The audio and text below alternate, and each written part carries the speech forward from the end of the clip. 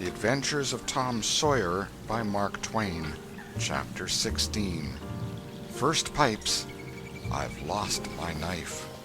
After dinner, all the gang turned out to hunt for turtle eggs on the bar. They went about poking sticks into the sand, and when they found a soft place, they went down on their knees and dug with their hands. Sometimes they would take 50 or 60 eggs out of one hole. They were perfectly round, white things, a trifle smaller than an English walnut. They had a famous fried egg feast that night, and another on Friday morning. After breakfast, they went whooping and prancing out on the bar, and chased each other round and round, shedding clothes as they went, until they were naked, and then continued the frolic far away up the shoal water of the bar, against the stiff current, which latter tripped their legs from under them from time to time, and greatly increased the fun. And now and then they stooped in a group and splashed water in each other's faces with their palms, gradually approaching each other with averted faces to avoid the strangling sprays, and finally gripping and struggling till the best man ducked his neighbor, and then they all went under in a tangle of white legs and arms, and came up blowing, sputtering, laughing, and gasping for breath at one and the same time. When they were well exhausted, they would run out and sprawl on the dry, hot sand, and lie there and cover themselves up with it, and by break from the water again and go through the original performance once more. Finally, it occurred to them that their naked skin represented flesh-colored tights very fairly, so they drew a ring in the sand and had a circus with 3 clowns in it, for none would yield this proudest post to his neighbor. Next, they got their marbles and played knucks and ring-taw and keeps, till that amusement grew stale. Then Joe and Huck had another swim, but Tom would not venture, because he found that in kicking off his trousers he had kicked his string of rattlesnake rattles off his ankle, and he wondered how he had escaped cramps so long without the protection of this mysterious charm. He did not venture again until he had found it, and by that time the other boys were tired and ready to rest. They gradually wandered apart and dropped into the dumps and fell to gazing longingly across the wide river to where the village lay drowsing in the sun. Tom found himself writing Becky in the sand with his big toe. He scratched it out and was angry with himself for his weakness. But he wrote it again, nevertheless. He could not help it. He erased it once more, and then took himself out of temptation by driving the other boys together and joining them. But Joe's spirits had gone down almost beyond resurrection. He was so homesick that he could hardly endure the misery of it. The tears lay very near the surface. Huck was melancholy, too. Tom was downhearted, but tried hard not to show it. He had a secret, which he was not ready to tell yet, but if this mutinous depression was not broken up soon, he would have to bring it out. He said, with a great show of cheerfulness, "I bet there's been pirates on this island before, boys. We'll explore it again. They've hid treasures here somewhere. How'd you feel to light on a rotten chest full of gold and silver, hey?" But it roused only a faint enthusiasm, which faded out with no reply.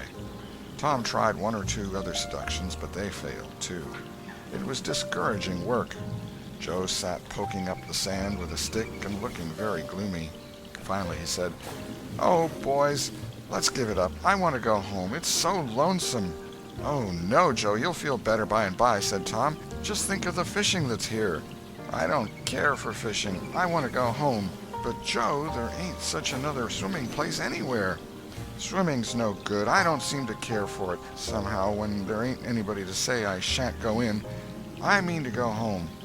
"Oh, shucks. Baby. You want to see your mother, I reckon." "Yes, I do want to see my mother, and you would too if you had one. I ain't any more baby than you are." Joe snuffled a little. "Well, we'll let the crybaby go home to his mother, won't we, Huck? Poor thing. Does it want to see its mother? And so it shall. You like it here, don't you, Huck? We'll stay, won't we?" Huck said, "Yes," without any heart in it. "I'll never speak to you again as long as I live," said Joe, rising. "There now," and he moved moodily away and began to dress himself. "Who cares?" said Tom. "Nobody wants you to. Go long home and get laughed at. Oh, you're a nice pirate. Huck and me ain't crybabies. We'll stay, won't we, Huck?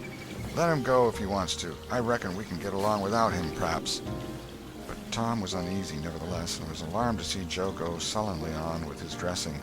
And then it was discomforting to see Huck eyeing Joe's preparations so wistfully and keeping up such an ominous silence. Presently, without a parting word, Joe began to wade off toward the Illinois shore. Tom's heart began to sink. He glanced at Huck. Huck could not bear the look and dropped his eyes. And then he said, "I want to go too, Tom. It was getting so lonesome anyway, and now it'll be worse. Let's us go too, Tom." "I won't. You can all go if you want to. I mean to stay." "Tom, I better go." "Well, go along. Who's hindering you?" Huck began to pick up his scattered clothes, and he said, "Tom, I wish you'd come too. Now you think it over. We'll wait for you when we get to the shore." "Well, you'll wait a blame long time, that's all." Huck started sorrowfully away, and Tom stood looking after him, with a strong desire tugging at his heart to yield his pride and go along too. He hoped the boys would stop, but they still waded slowly on. It suddenly dawned on Tom that it was become very lonely and still. He made one final struggle with his pride, and then darted after his comrades, yelling, "Wait! Wait! I want to tell you something!" They presently stopped and turned around. When he got to where they were, he began unfolding his secret, and they listened moodily, till at last they saw the point he was driving at. And then they set up a war-whoop of applause, and said it was splendid, and said if he had told them at first, they wouldn't have started away. He made a plausible excuse, but his real reason had been the fear that not even the secret would keep them with him any very great length of time, and so he had meant to hold it in reserve as a last seduction. The lads came gaily back and went at their sports again with a will, chattering all the time about Tom's stupendous plan and admiring the genius of it. After a dainty egg and fish dinner, Tom said he wanted to learn to smoke now. Joe caught at the idea and said he would like to try too. So Huck made pipes and filled them. These novices had never smoked anything before but cigars made of grapevine, and they bit the tongue and were not considered manly anyway. Now they stretched themselves out on their elbows and began to puff, charily and with slender confidence. The smoke had an unpleasant taste, and they gagged a little, but Tom said, "Why, it's just as easy. If I'd have known this was all, I'd have learned long ago." "So would I," said Joe. "It's just nothing." "Why, many a time I've looked at people smoking and thought, well, I wish I could do that, but I never thought I could," said Tom. "That's just the way with me, ain't it, Huck? You've heard me talk just that way, haven't you, Huck?" "I'll leave it to Huck if I haven't." "Yes, heaps of times," said Huck. "Well, I have too," said Tom. "Oh, hundreds of times. Once down by the slaughterhouse, don't you remember, Huck? Bob Tanner was there, and Johnny Miller, and Jeff Thatcher when I said it. Don't you remember, Huck, about me saying that?" "Yes, that's so," said Huck. "That was the day after I lost a White Alley. No, 'twas the day before." "There, I told you so," said Tom. "Huck recollects it." "I believe I could smoke this pipe all day," said Joe. "I don't feel sick." "Neither do I," said Tom. "I could smoke it all day, but I bet you Jeff Thatcher couldn't." "Jeff Thatcher? Why, he'd keel over just with 2 draws. Just let him try it once. He'd see." "I bet he would. And Johnny Miller, I wish I could see Johnny Miller tackle it once." "Oh, don't I," said Joe. "Why, I bet now Johnny Miller couldn't any more do this than nothing. Just one little snifter would fetch him." "'Deed it would, Joe. Say, I wish the boys could see us now." "So do I. Say, boys, don't say anything about it, and sometime when they're around I'll come up to you and say, 'Joe, got a pipe? I want to smoke.' And you'll say, kind of careless-like, as if it weren't anything, you'll say, 'Yes, I got my old pipe, and another one, but my tobacco ain't very good.' And I'll say, 'Oh, that's all right, if it's strong enough.' And then you'll out with the pipes, and we'll light up just as calm, and then just see 'em look. By jings, that'll be gay, Tom. I wish it was now." "So do I. And when we tell 'em we learned when we was off pirating, won't they wish they'd been along?" "Oh, I reckon not. I'll just bet they will." So the talk ran on, but presently it began to flag a trifle and grow disjointed. The silences widened, the expectoration marvelously increased. Every pore inside the boys' cheeks became a spouting fountain. They could scarcely bail out the cellars under their tongues fast enough to prevent an inundation. Little overflowings down their throats occurred in spite of all they could do, and sudden retchings followed every time. Both boys were looking very pale and miserable now. Joe's pipe dropped from his nerveless fingers. Tom's followed. Both fountains were going furiously, and both pumps bailing with might and main. Joe said feebly, "I've lost my knife. I reckon I better go and find it." Tom said with quivering lips and halting utterance, "I'll help you. You go over that way, and I'll hunt around by the spring. No, you needn't come, Huck. We can find it." So Huck sat down again and waited an hour. Then he found it lonesome and went to find his comrades. They were wide apart in the woods, both very pale, both fast asleep. But something informed him that if they had had any trouble, they'd got rid of it. They were not talkative at supper that night. They had a humble look, and when Huck prepared his pipe after the meal and was going to prepare theirs, they said no, they were not feeling very well. Something they ate at dinner had disagreed with them. About midnight, Joe awoke and called the boys. There was a brooding oppressiveness in the air that seemed to bode something. The boys huddled themselves together and sought the friendly companionship of the fire, though the dull, dead heat of the breathless atmosphere was stifling. They sat still, intent and waiting. The solemn hush continued. Beyond the light of the fire, everything was swallowed up in the blackness of darkness. Presently there came a quivering glow that vaguely revealed the foliage for a moment and then vanished. By and by another came, a little stronger, then another. Then a faint moan came sighing through the branches of the forest, and the boys felt a fleeting breath upon their cheeks and shuddered with the fancy that the spirit of the night had gone by. There was a pause. Now a weird flash turned night into day and showed every little grass blade, separate and distinct, and grew about their feet. And it showed 3 white, startled faces, too. A deep peal of thunder went rolling and tumbling down the heavens and lost itself in sullen rumblings in the distance.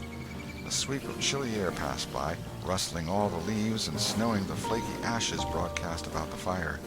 Another fierce glare lit up the forest, and an instant crash followed that seemed to rend the treetops right over the boys' heads.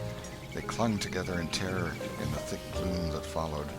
A few big raindrops fell pattering upon the leaves. "Quick, boys, go for the tent!" exclaimed Tom. They sprang away, stumbling over the roots and among vines in the dark, no two plunging in the same direction. A furious blast roared through the trees, making everything sing as it went. One blinding flash after another, and the peal on peal of deafening thunder. And now a drenching rain poured down, and the rising hurricane drove it in sheets along the ground. The boys cried out to each other, but the roaring wind and the booming thunder blast drowned their voices utterly. However, one by one they straggled in at last and took shelter under the tent, cold, scared, and streaming with water. But to have company in misery seemed something to be grateful for. They could not talk, the old sail flapped so furiously, even if the other noises would have allowed them. The tempest rose higher and higher, and presently the sail tore loose from its fastenings and went winging away on the blast. The boys seized each other's hands and fled, with many tumblings and bruises, to the shelter of a great oak tree that stood upon the river bank. Now the battle was at its highest. Under the ceaseless conflagration of lightning that flamed in the skies, everything below stood out in clean-cut and shadowless distinction. The bending trees, the billowy river, white with foam, the driving spray of spume flakes, the dim outlines of the high bluffs on the other side, glimpsed through the drifting cloud-rack and the slanting veil of rain. Every little while some giant tree yielded the fight and fell crashing through the younger growth, and the unflagging thunder peals came now in ear-splitting explosive bursts, keen and sharp and unspeakably appalling. The storm culminated in one matchless effort that seemed likely to tear the island to pieces, burn it up, drown it to the treetops, and blow it away, and deafen every creature in it all at once at the same moment. It was a wild night for homeless young heads to be out in.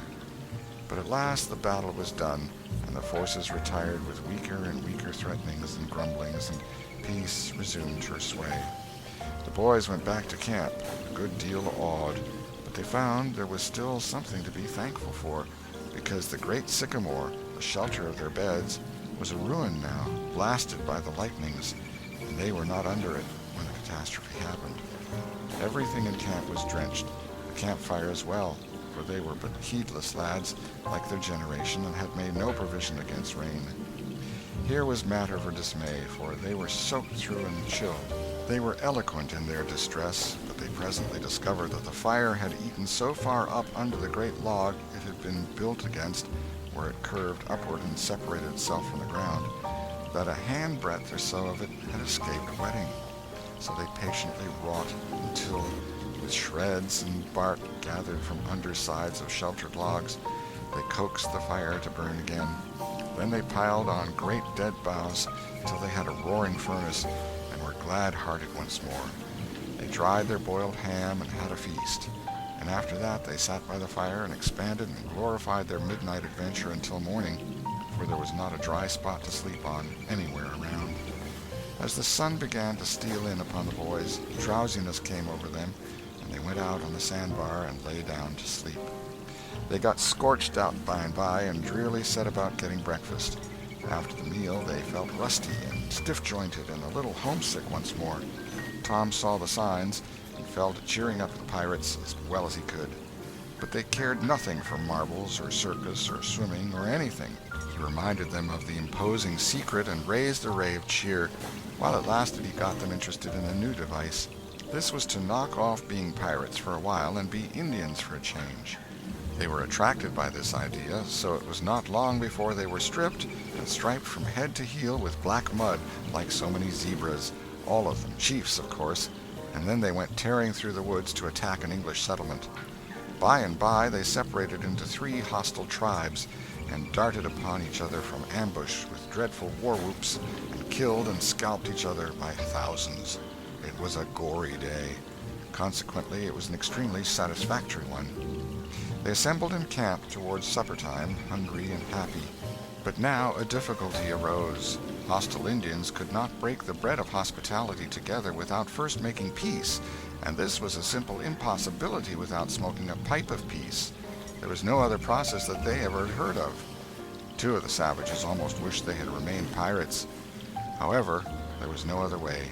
So, with such show of cheerfulness as they could muster, they called for the pipe and took their whiff as it passed in due form. And behold, they were glad they had gone into savagery, for they had gained something. They found that they could now smoke a little without having to go and hunt for a lost knife. They did not get sick enough to be seriously uncomfortable. They were not likely to fool away this high promise for lack of effort.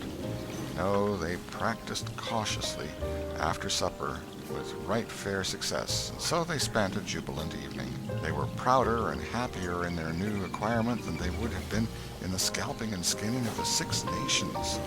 We will leave them to smoke and chatter and brag, since we have no further use for them at present. End of Chapter 16. Chapter 17. Pirates at their own funeral. But there was no hilarity in the little town that same tranquil Saturday afternoon. The Harpers and Aunt Polly's family were being put into mourning, with great grief and many tears. An unusual quiet possessed the village, although it was ordinarily quiet enough in all conscience.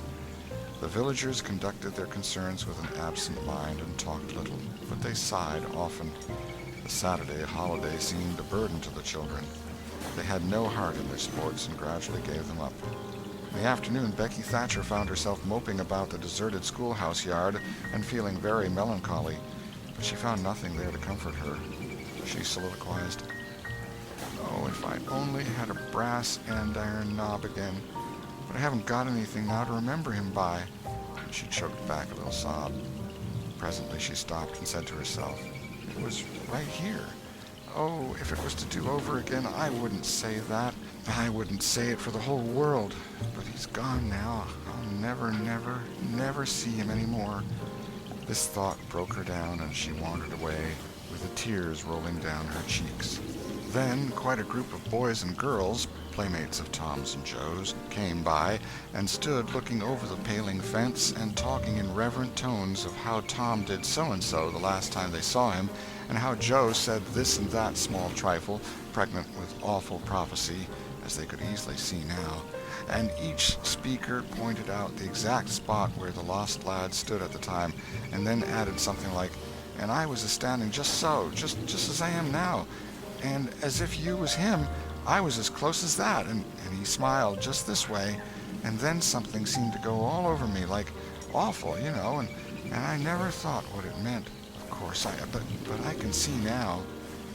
Then there was a dispute about who saw the dead boys last in life, and many claimed that dismal distinction and offered evidences more or less tampered with by the witness. And when it was ultimately decided who did see the departed last and exchanged the last words with them, the lucky parties took upon themselves a sort of sacred importance and were gaped at and envied by all the rest. One poor chap who had no other grandeur to offer said with tolerably manifest pride in the remembrance, "Well, Tom Sawyer, he licked me once." But that bid for glory was a failure. Most of the boys could say that, and so that cheapened the distinction too much. The group loitered away, still recalling memories of the lost heroes in awed voices. When the Sunday school hour was finished the next morning, the bell began to toll instead of ringing in the usual way. It was a very still Sabbath, and the mournful sound seemed in keeping with the musing hush that lay upon nature. The villagers began to gather, loitering a moment in the vestibule to converse in whispers about the sad event. But there was no whispering in the house, only the funereal rustling of dresses as the women gathered to their seats disturbed the silence there. None could remember when the little church had been so full before. There was finally a waiting pause, an expectant dumbness, and then Aunt Polly entered, followed by Sid and Mary, and they by the Harper family, all in deep black, and the whole congregation, the old minister as well, rose reverently and stood until the mourners were seated in the front pew. There was another communing silence, broken at intervals by muffled sobs, and then the minister spread his hands abroad and prayed. A moving hymn was sung, and the text followed, "I am the resurrection and the life." As the service proceeded, the clergyman drew such pictures of the graces, the winning ways, and the rare promise of the lost lads, that every soul there, thinking he recognized these pictures, felt a pang in remembering that he had persistently blinded himself to them always before, and had as persistently seen only faults and flaws in the poor boys.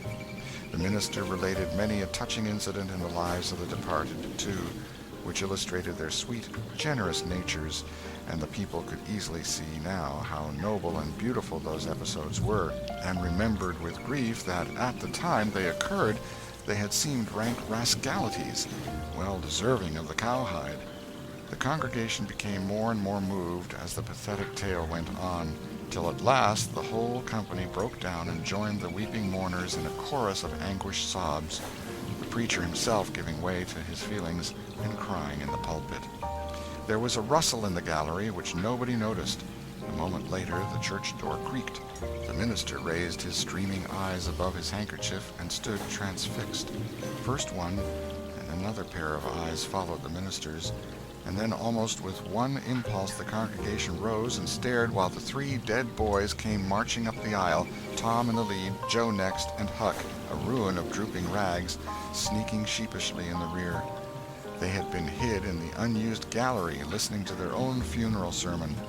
Aunt Polly, Mary, and the Harpers threw themselves upon their restored ones, smothered them with kisses, and poured out thanksgivings, while poor Huck stood abashed and uncomfortable, not knowing exactly what to do or where to hide from so many unwelcoming eyes. He wavered and started to slink away, but Tom seized him and said, "Aunt Polly, it ain't fair. Somebody's got to be glad to see Huck." "And so they shall. I'm glad to see him, poor motherless thing." And the loving attentions Aunt Polly lavished upon him were the one thing capable of making him more uncomfortable than he was before. Suddenly the minister shouted at the top of his voice, "Praise God, from whom all blessings flow! Sing, and put your hearts in it!" And they did. Old Hundred swelled up with a triumphant burst, and while it shook the rafters, Tom Sawyer the pirate looked around upon the envying juveniles about him and confessed in his heart that this was the proudest moment of his life. As the souled congregation trooped out, they said they would almost be willing to be made ridiculous again to hear Old Hundred sung like that once more.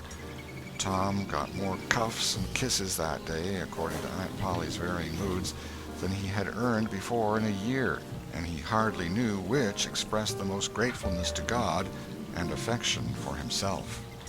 End of chapter 17. The Adventures of Tom Sawyer by Mark Twain, Chapter 18. Tom Reveals His Dream Secret. That was Tom's great secret, the scheme to return home with his brother pirates and attend their own funerals. They had paddled over to the Missouri shore in a log at dusk on Saturday, landing 5 or 6 miles below the village. They had slept in the woods at the edge of the town till nearly daylight, and had then crept through back lanes and alleys and finished their sleep in the gallery of the church among a chaos of invalided benches. At breakfast Monday morning, Aunt Polly and Mary were very loving to Tom and very attentive to his wants. There was an unusual amount of talk. In the course of it, Aunt Polly said, "Well, I don't say it wasn't a fine joke, Tom, to keep everybody suffering most a week so you boys had a good time, but it is a pity you could be so hard-hearted as to let me suffer so. If you could have come over on a log to go to your funeral, you could have come over and give me a hint some way that you warn't dead but only run off." "Yes, you could have done that, Tom," said Mary, "and I believe you would if you had thought of it." "Would you, Tom?" said Aunt Polly, her face lightening wistfully. "Say now, would you if you'd thought of it?" Well, I don't know. 'Twould have spoiled everything." "Tom, I hoped you loved me that much," said Aunt Polly with a grieved tone that discomforted the boy. "It would have been something if you'd cared enough to think of it, even if you didn't do it." "Now, Auntie, that ain't any harm," pleaded Mary. "It's only Tom's giddy way. He's always in such a rush that he never thinks of anything." "More's the pity. Sid would have thought, and Sid would have come and done it, too. Tom, you'll look back some day when it's too late and wish you'd cared a little more for me when it would have cost you so little." "Now, Auntie, you know I do care for you," said Tom. "I'd know it better if you acted more like it." "I wish now I'd thought," said Tom with a repentant tone. "But I dreamed about you anyway. That's something, ain't it?" "It ain't much. A cat does that much. But it's better than nothing." "What did you dream?" "Why, Wednesday night I dreamt that you was sitting over there by the bed and Sid was sitting by the wood box and Mary next to him." "Well, so we did. So we always do. I'm glad your dreams could take even that much trouble about us. And I dreamt that Joe Harper's mother was here." "Why, she was here. Did you dream any more?" "Oh, lots, but it's so dim now." "Well, try to recollect, can't you?" "Somehow it seems to me that the wind blowed, Try harder, Tom. The wind did blow something. Come." Tom pressed his fingers to his forehead an anxious minute and then said, I've got it now. It blowed the candle." "Mercy on us. Go on, Tom, go on." "And it seems to me that you said, 'Why, I believe that door—'" "Go on, Tom." "Just let me study a moment. Just a moment. Oh, yes. You said you believed the door was open." "As I'm sitting here, I did. Didn't I, Mary? Go on." "And then, well, I won't be certain, but it seems like as if you made Sid go and, well, what did I make him do, Tom? What did I make him do?" "You made him, you made him shut it." "Well, for land's sake, I never heard the beat of that in all my days. Don't tell me there ain't anything in dreams any more. Serenity Harper shall know of this before I'm an hour older. I'd like to see her get around this with her rubbish about superstition. Go on, Tom." "Oh, it's all getting just as bright as day now. Next you said I warn't bad, only mischievous and harum-scarum, and not any more responsible than I think it was a colt or something." "And so it was. Well, goodness gracious, go on, Tom." "And then you began to cry." So I did. Not the first time, neither." "And then?" "Then Mrs. Harper, she began to cry and said Joe was just the same, and she wished she hadn't whipped him for taking cream when she'd throwed it out of her own self." "Tom, the Spirit was upon you. You was a prophesying. That's what you was a-doing. Land alive, go on, Tom." "Well, then Sid, he said, well, I don't think I said anything," said Sid. "Yes, you did, Sid," said Mary. "Shut your heads and let Tom go. What did he say, Tom?"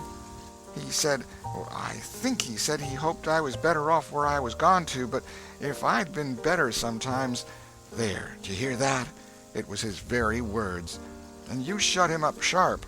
"I lay I did. There must have been an angel there. There was an angel there somewheres." And Mrs. Harper told about Joe scaring her with a firecracker, and you told about Peter and the painkiller, just as true as I live. And then there was a whole lot of talk about dragging the river for us and about having the funeral Sunday, and then you and old Miss Harper hugged and cried, and she went. It happened just so.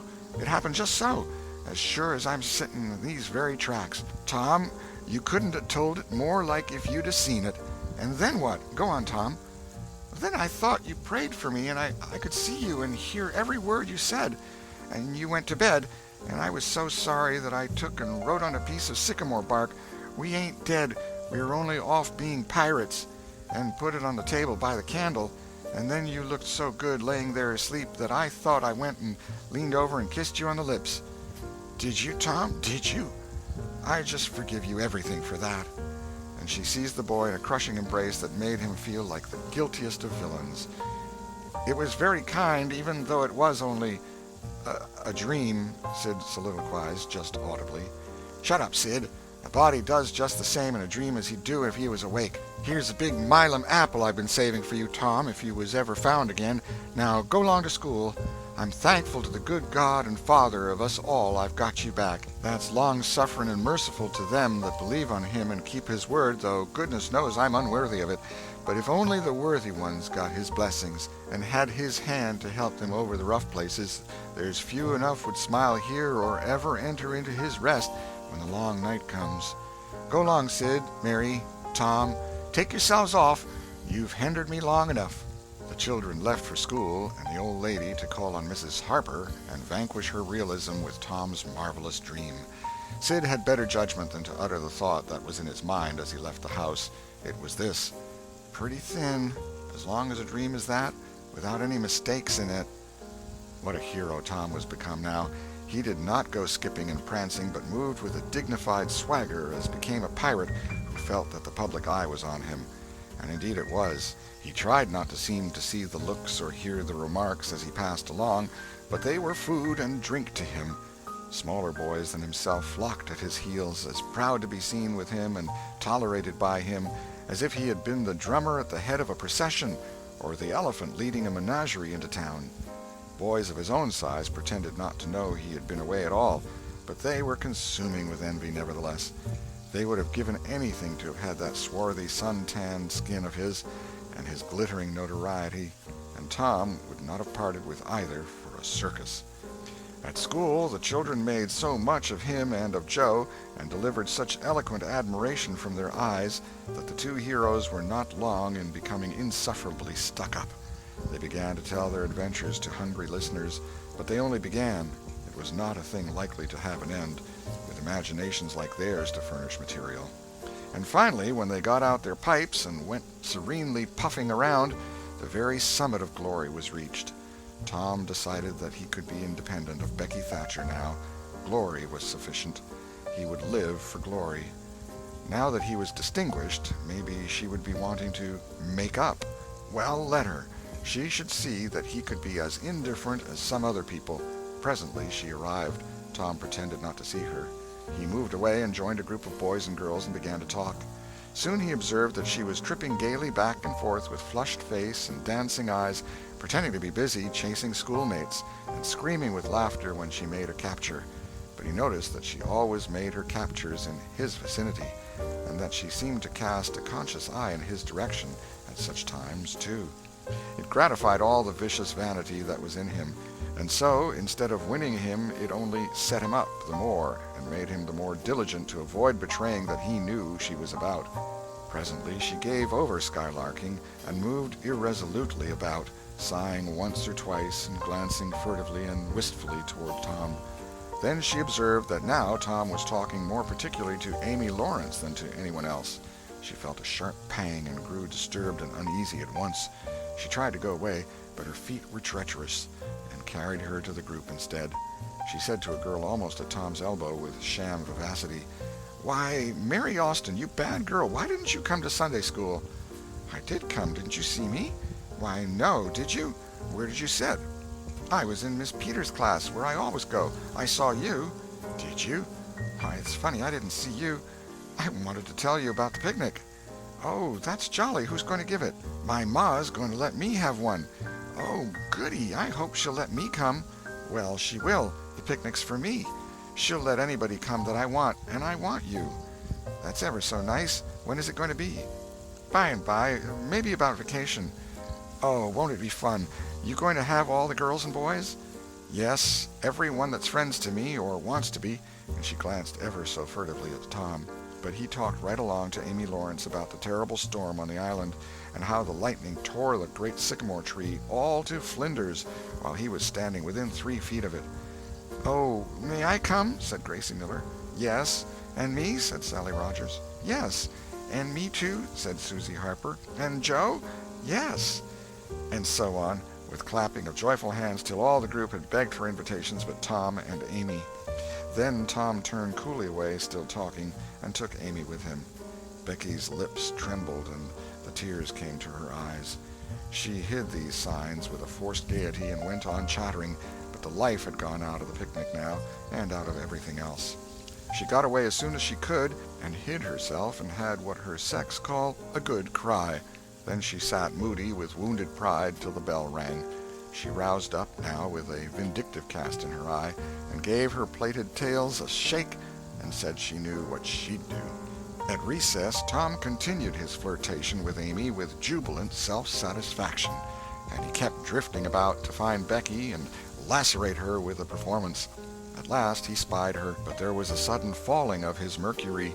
She was sitting cozily on a little bench behind the schoolhouse looking at a picture book with Alfred Temple, and so absorbed were they, and their heads so close together over the book, that they did not seem to be conscious of anything in the world besides. Jealousy ran red-hot through Tom's veins. He began to hate himself for throwing away the chance Becky had offered for a reconciliation. He called himself a fool, and all the hard names he could think of. He wanted to cry with vexation. Amy chatted happily along as they walked, for her heart was singing, but Tom's tongue had lost its function. He did not hear what Amy was saying, and whenever she paused expectantly he could only stammer an awkward assent, which was as often misplaced as otherwise. He kept drifting to the rear of the schoolhouse again and again to sear his eyeballs with a hateful spectacle there. He could not help it, and it maddened him to see, as he thought he saw, that Becky Thatcher never once suspected that he was even in the land of the living. But she did see, nevertheless, and she knew she was winning her fight, too, and was glad to see him suffer as she had suffered. Amy's happy prattle became intolerable. Tom hinted at things he had to attend to, things that must be done, and time was fleeting. But in vain. The girl chirped on. Tom thought, "Oh, hang her, ain't I ever going to get rid of her?" At last he must be attending to those things, and she said artlessly that she would be around when school let out, and he hastened away, hating her for it.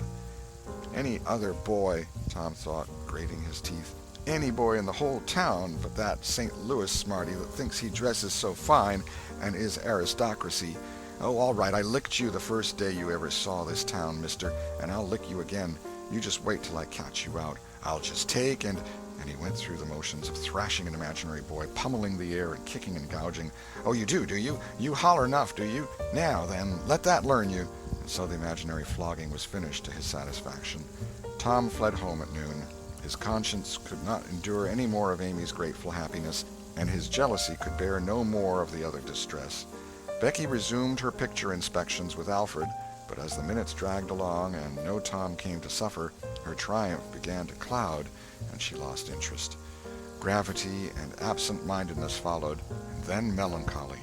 2 or 3 times she pricked up her ear at a footstep, but it was a false hope. No Tom came. At last she grew entirely miserable and wished she hadn't carried it so far. When poor Alfred, seeing that he was losing her, he did not know how, kept exclaiming, "Oh, here's a jolly one, look at this." She lost patience at last and said, "Oh, don't bother me, I don't care for them," and burst into tears and got up and walked away. Alfred dropped alongside and was going to try to comfort her, but she said, "Go away and leave me alone, can't you? I hate you." So the boy halted, wondering what he could have done, for she had said she would look at pictures all through the nooning, and she walked on crying. Then Alfred went musing into the deserted schoolhouse. He was humiliated and angry. He easily guessed his way to the truth. The girl had simply made a convenience of him to vent her spite upon Tom Sawyer. He was far from hating Tom the less when this thought occurred to him. He wished there was some way to get that boy into trouble without much risk to himself. Tom's spelling book fell under his eye. Here was his opportunity. He gratefully opened to the lesson for the afternoon and poured ink upon the page. Becky, glancing in at a window behind him at the moment, saw the act and moved on without discovering herself.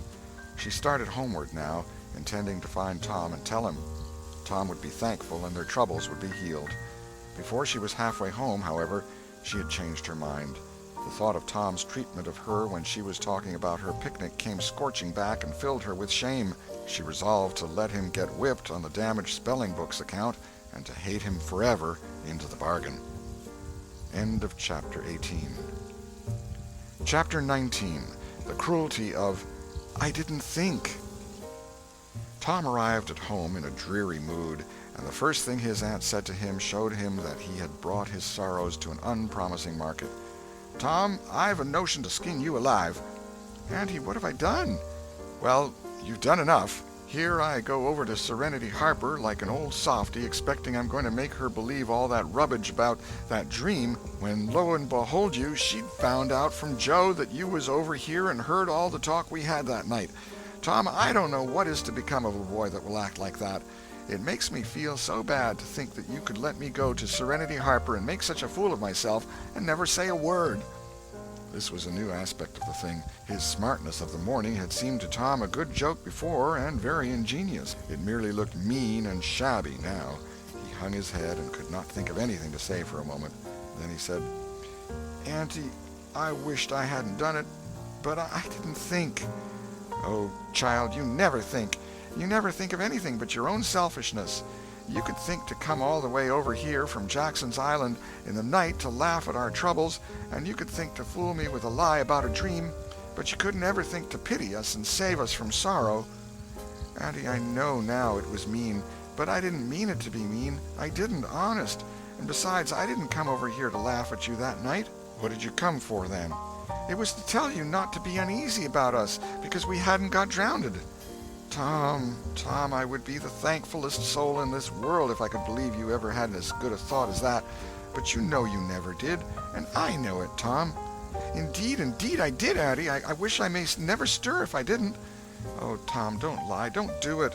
It only makes things 100 times worse." "It ain't a lie, Auntie. It's the truth. I wanted to keep you from grieving. That was all that made me come."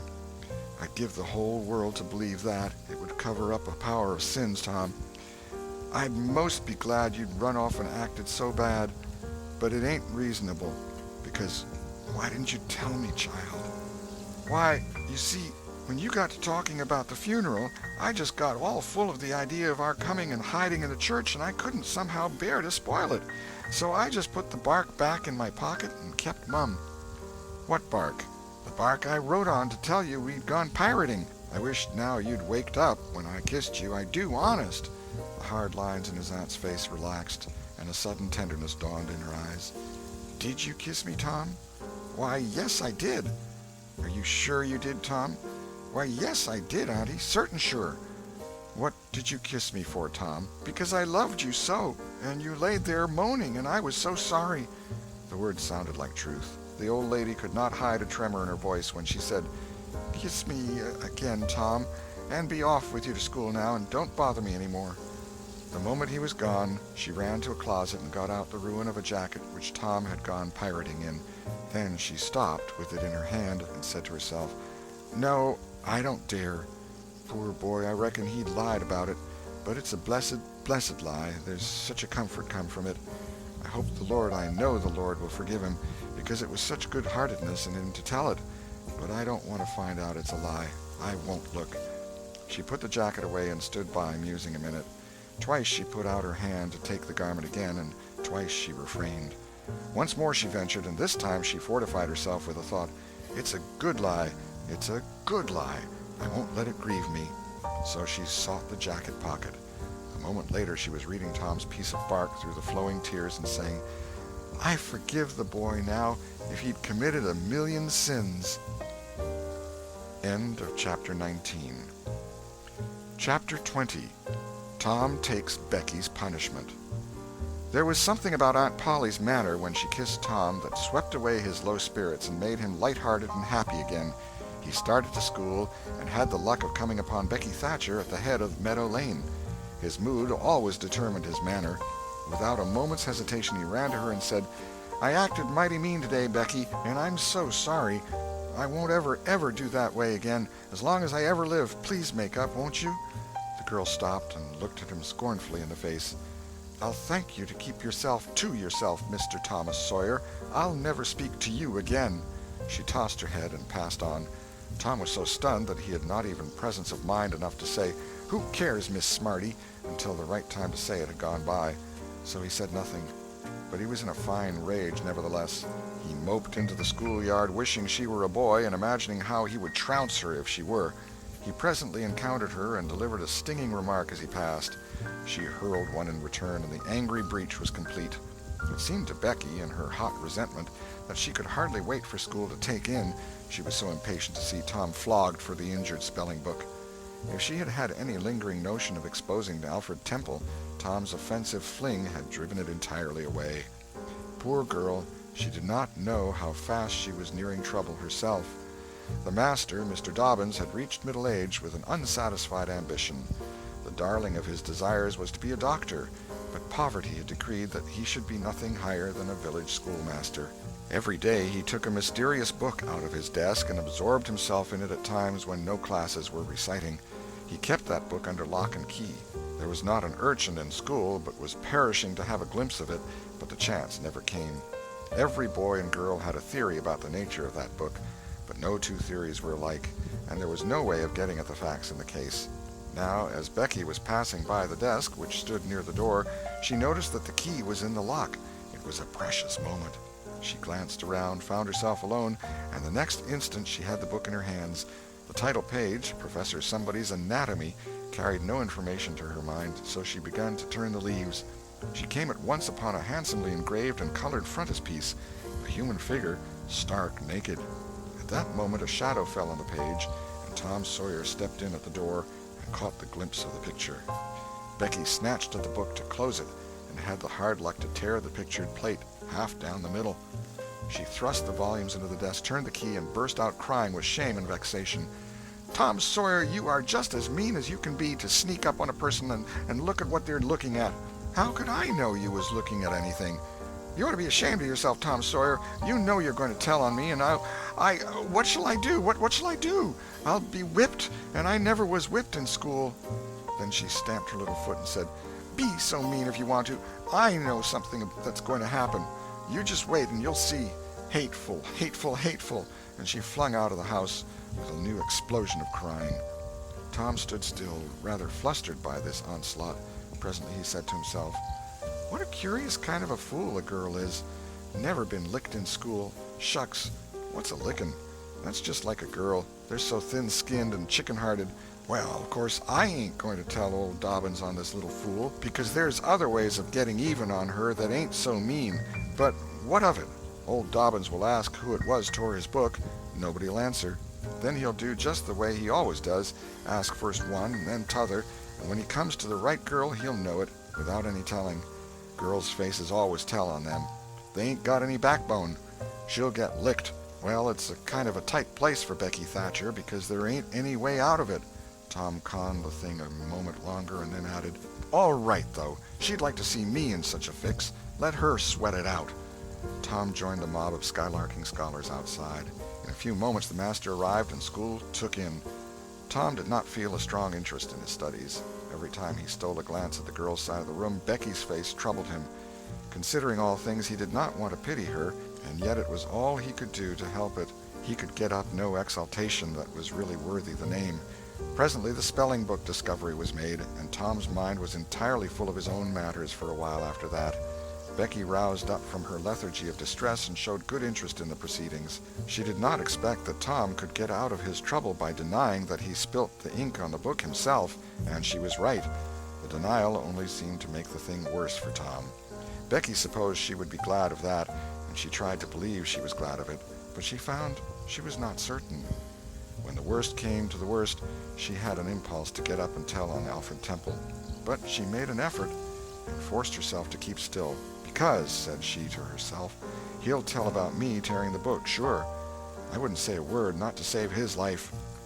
Tom took his whipping and went back to his seat, not at all broken-hearted, for he thought it was possible that he had unknowingly upset the ink on the spelling book himself in some skylarking bout. He had denied it for form's sake, and because it was custom, and had stuck to the denial from principle. A whole hour drifted by. The master sat nodding in his throne. The air was drowsy with the hum of study.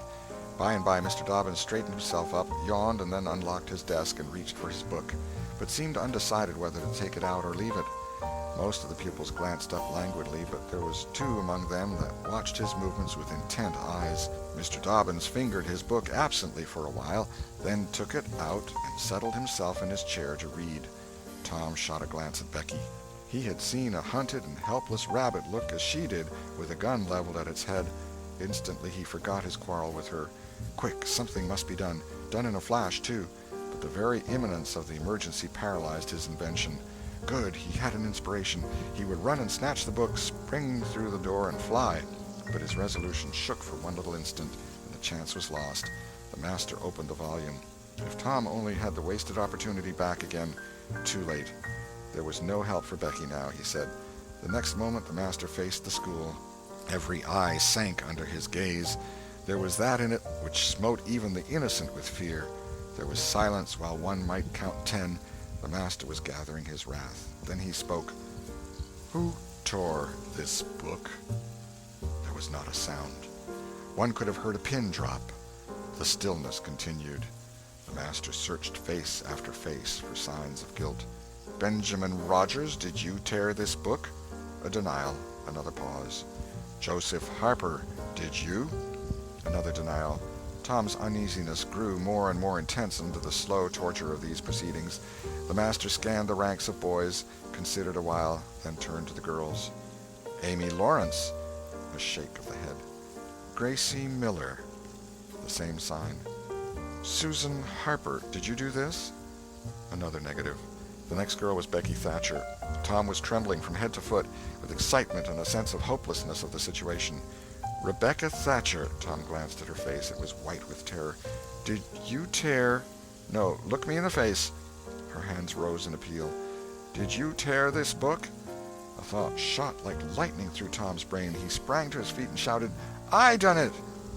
The school stared in perplexity at this incredible folly. Tom stood a moment to gather his dismembered faculties, and when he stepped forward to go to his punishment, the surprise, the gratitude, the adoration that shone upon him out of poor Becky's eyes seemed pay enough for 100 floggings. Inspired by the splendor of his own act, he took without an outcry the most merciless flaying that even Mr. Dobbins had ever administered, and also received with indifference the added cruelty of a command to remain 2 hours after school should be dismissed, for he knew who would wait for him outside till his captivity was done, and not count the tedious time as loss either. Tom went to bed that night planning vengeance against Alfred Temple, for with shame and repentance Becky had told him all, not forgetting her own treachery. But even the longing for vengeance had to give way soon to pleasanter musings, and he fell asleep at last with Becky's latest words lingering dreamily in his ear. "Tom, how could you be so noble?" End of chapter 20.